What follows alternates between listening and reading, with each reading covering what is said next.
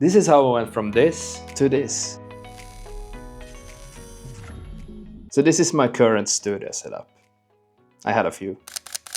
So this is where I make all my talking head videos for this channel. But honestly, my main issue here, and in my other setups, has always been the light. For the longest time, I never seemed to get it perfect. In summer midday here in Finland, I can rely on the sunlight. But then there's the other half of the year, which is not so bright, just for a short limited of time. So I actually went out and got myself these cheap LED panels and a standard ring light, thinking that it will fix everything. But it still didn't look good. It looked flat and boring. But it wasn't the LED panels' fault. They worked perfectly. And the secret is that it takes a bit of experimenting and understanding. Once you get a hang of it, you can turn any room into a professional studio. So let me show you exactly how I did. For this new look, I want to go for a very specific vibe, like a cozy cinematic setting of blue and orange. And in the filmmaking world, this is called teal-and-orange. And this is not just a random color choice. Orange and blue are on the opposite sides on the color wheel,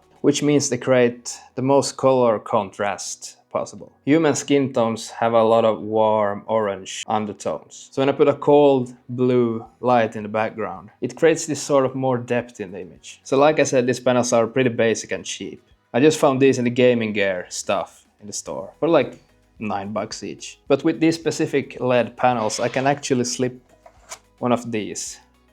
It's like a plastic filter. So I'm gonna place the blue one facing the wall.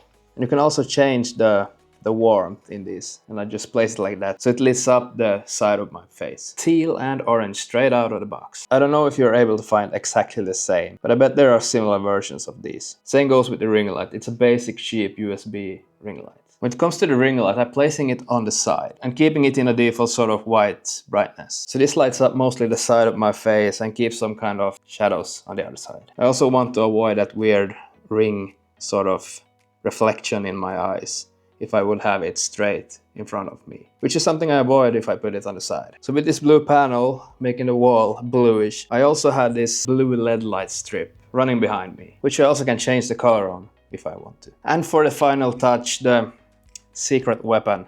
One simple normal table light behind me. But it gives me this little backlight that sort of catches the edges of my body. So the moral of this story is simple. Depending on what you're shooting, you don't always need super expensive studio gear. You just need some time experimenting with what you already have. And there are many ways to light up your videos, but this is how I did. Probably breaking some lighting rules here, but who cares? Anyway, thanks for watching, and if you like this video, subscribe to this channel if you haven't already.